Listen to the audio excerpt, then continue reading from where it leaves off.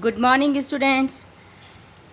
Next disorder, that is phenylketonuria, which is also written as PKU. This is also an autosomal disorder in which metabolic activity will affect. This disorder is firstly reported by Folling in 1934, and this is the disorder in which baby यानी कि शुरुआत से ही बचपन से ही जो है metabolical इसमें imbalance हो जाता है और ये ऑटोसोमल रिसेसिव डिसऑर्डर है, जिसका मतलब क्या है कि जो ऑटोसोम्स हैं उसमें से कोई एक क्रोमोसोम जिसका जीन जो है वो डिफेक्टिव हो गया है और जिसकी वजह से डिसऑर्डर हो गया है। जो ये डिसऑर्डर है वो रिसेसिव है। रिसेसिव कहने का मतलब ये है कि ये अपना पूरा इफ़ेक्ट तभी दिखाएगा जब ये डबल कॉपी में होगा। सिंगल कॉपी में तो ये जो है पूरी तरह से अपने इफ़ेक्ट को नहीं दिखाएगा या बिल्कुल नहीं दिखाएगा। जैसे हम और भी कैरियर के फॉर्म में पढ़ते हैं, तो जैसे अगर डोमिनेंट होगा, जैसे अगर हमने सिकल सेल पढ़ा था तो वो कोडोमिनेंट टाइप का डिसऑर्डर था जिसमें दोनों ही जो एलील थे अपना पूरा इफ़ेक्ट शो कर रहे थे, लेकिन यहाँ पर ऐसा नहीं है। अब क्या होता है, इस डिफेक्ट में होता क्या है, ये इस डिफेक्ट में जो है क्या होता है, पर्सन के अंदर एक एंजाइम है जिसका नाम है फिनाइल एलेनाइन हाइड्रोक्सीलेज। ये एंजाइम जो है नॉर्मल बॉडी में नॉर्मल पर्सन के अंदर बनता है और ये फिनाइल एलेनाइन हाइड्रोक्सीलेज एंजाइम जो है ये नहीं बन पाता उनके अंदर जिनको फिनाइल कीटोन्यूरिया डिसीज़ हो जाती है। तो ऐसा क्यों होता है, ये डिफेक्ट क्यों आया बॉडी के अंदर? ऐसा डिफेक्ट इसलिए आया है क्योंकि जो क्रोमोसोमल नंबर 12 है यानी 12 है, जो ऑटोसोम है उसमें कहीं ना कहीं किसी जीन में जो है डिफेक्ट आ जाता है और जिसकी वजह से ये एंजाइम जो है वो नहीं बन पाता।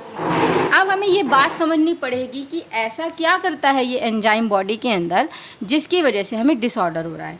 तो इसमें हमें ये समझना पड़ेगा कि जैसे फिनाइल एलेनाइन एक बॉडी के अंदर होता है कॉम्प्लेक्स, और जिसको हमारी जो बॉडी है यानी कि लीवर के अंदर ये जो फिनाइल एलेनाइन है ये इस एंजाइम मतलब फिनाइल एलेनाइन हाइड्रोक्सीलेज एंजाइम की प्रेजेंस में ये फिनाइल एलेनाइन टायरोसिन में कन्वर्ट हो जाता है।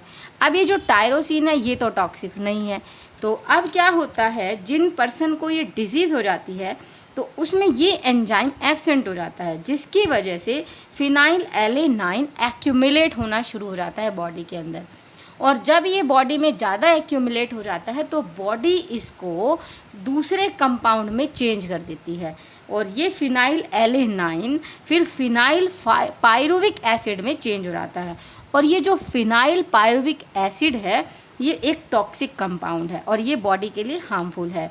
और अगर ये बॉडी में जैसे मूव करता है ब्लड के साथ, तो अगर ये ब्रेन में चला जाता है तो ये बहुत मतलब सीवियर काम हो जाता है और मेंटल रिटार्डेशन भी हो जाती है। तो कई बार क्या होता है कि इस डिसीज़ की पहचान हम लोग कैसे कर सकते हैं, क्या डायग्नोस करने का तरीका है। तो जब बॉडी में ये एक्यूमुलेट होता है तो ये यूरिन की फॉर्म में भी मतलब यूरिन में भी ये पास आउट होता है, बॉडी इसको एक्सक्रीट करती है यूरिन में। तो अगर यूरिन की हम लोग जांच कराते हैं और अगर हमें लगता है फिनाइल एलेनाइन प्रेजेंट है बॉडी के अंदर तो हम ये मान सकते हैं कि पेशेंट को फिनाइल कीटोन्यूरिया डिसीज़ हुई है।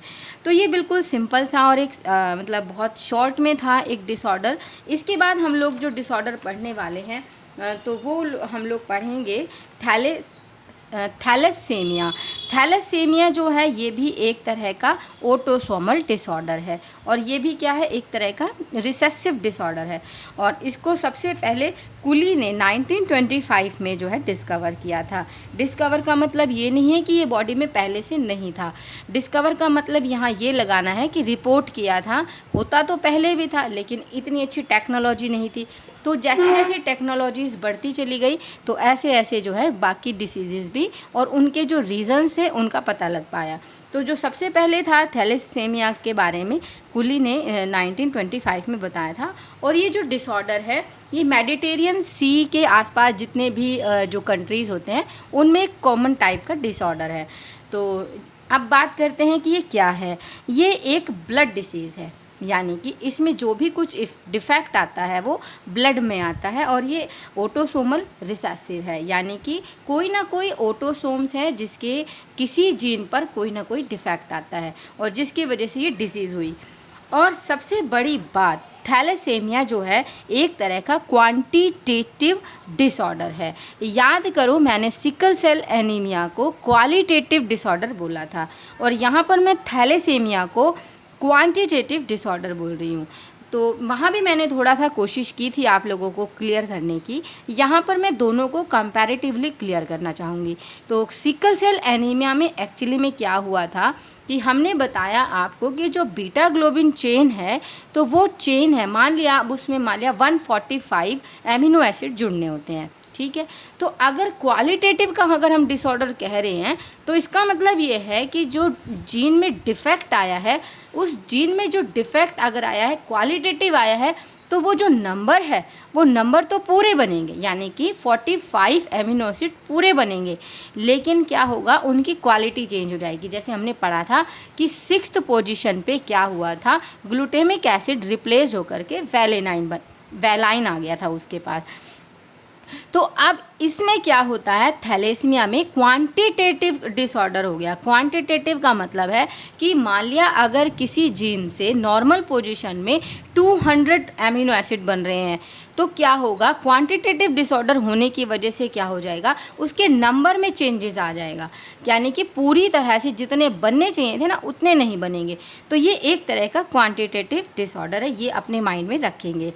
तो क्या होता है एक्चुअली में थैलेसीमिया में, जेनेटिकली क्या डिफेक्ट आया, तो ये म्यूटेशन हो जाती है या आप कह सकते हो डिलीशन हो जाती है किसी ना किसी जीन में, जो कि क्या कंट्रोल कर रहा है, जो हीमोग्लोबिन की ग्लोबिन चेन बनती है ना अल्फ़ा बीटा, तो उसको चेन को बनने वाली फॉर्मेशन वाला जो जीन है उसमें कोई ना कोई डिफेक्ट आता है। पहले तो हम ये मानते ही नहीं थे, कि हमें लगता था कि थैलेसीमिया जो है एक कॉमन डिसीज़ है, लेकिन बाद में पता चला कि ये दो तरह का होता है, अल्फ़ा थैलेसीमिया और बीटा थैलेसीमिया। और जो अल्फ़ा और बीटा है दोनों के क्रोमोसोमल नंबर भी चेंज है। अब जैसे कि अल्फ़ा थैलेसीमिया है, ये तो डिफेक्ट आता है जो है अल्फ़ा ग्लोबिन चेन के अंदर, इसीलिए इसका नाम क्या है, अल्फ़ा थैलेसीमिया। और सबसे जो बड़ी बात है, जो आपको आपको जो याद रखनी है, यहाँ पर जो जीन है वो कहाँ पर रखा हुआ है, क्रोमोसोम नंबर 16 नंबर क्रोमोसोम पर कोई 2 जीन होते हैं और वे 2 जो जीन हैं वो इस कंट्रोल कर रहे हैं, और इनमें जो चेंजेस आते हैं, इनमें जो डिफेक्ट आता है, ये अल्फ़ा थैलेसीमिया कॉज करते हैं।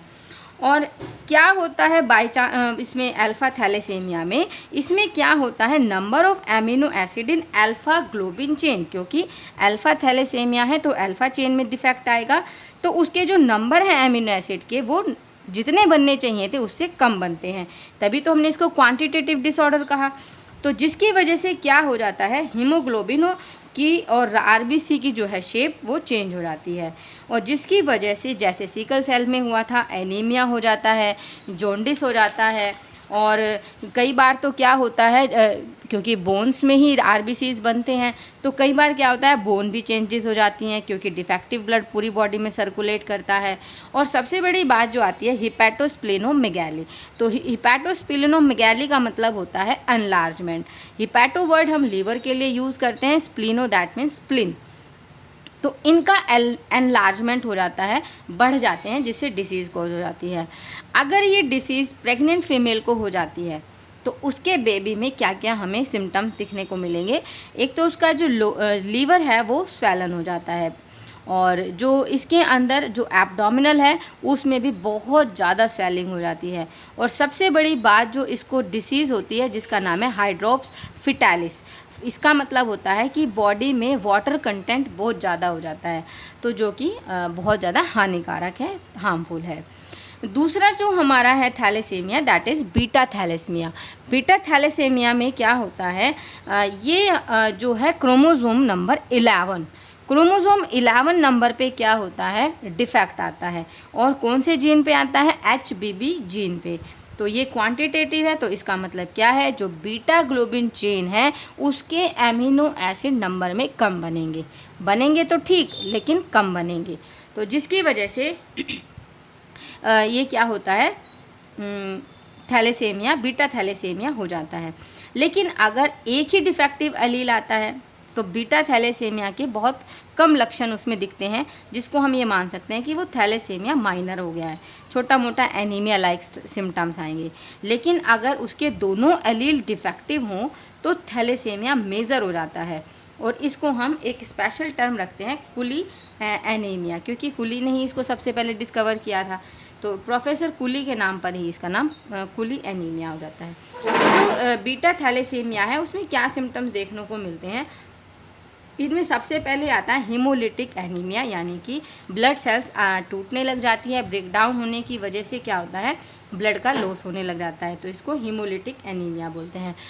दूसरा है हिपैटोस्प्लीनोमेगली, हमने भी पढ़ाई था, एनलार्जमेंट हो जाता है, कार्डियक एनलार्जमेंट, इनका हार्ट भी बढ़ जाता है, और स्केलेटन डिफॉर्मिटीज़ का मतलब जो है स्केलेटन में भी जो है डिफॉर्मिटी, यानी कि उसकी शेप और स्ट्रक्चर बदल जाती है। तो ये सब था, सारे डिसऑर्डर आज कंप्लीट हो गए हैं, और देखा जाए तो आज चैप्टर ही कंप्लीट हो गया है। मैंने आप लोगों को सारे क्वेश्चंस NCERT और जो है मैं पहले ही भेज चुकी हूँ, तो अब आपने अच्छे से रिवीजन करनी है, वीडियो अच्छे से समझनी है, और अगर कोई प्रॉब्लम आती है तो आप लोग मुझे जो है पूछ सकते हो। Thank you and have a nice day.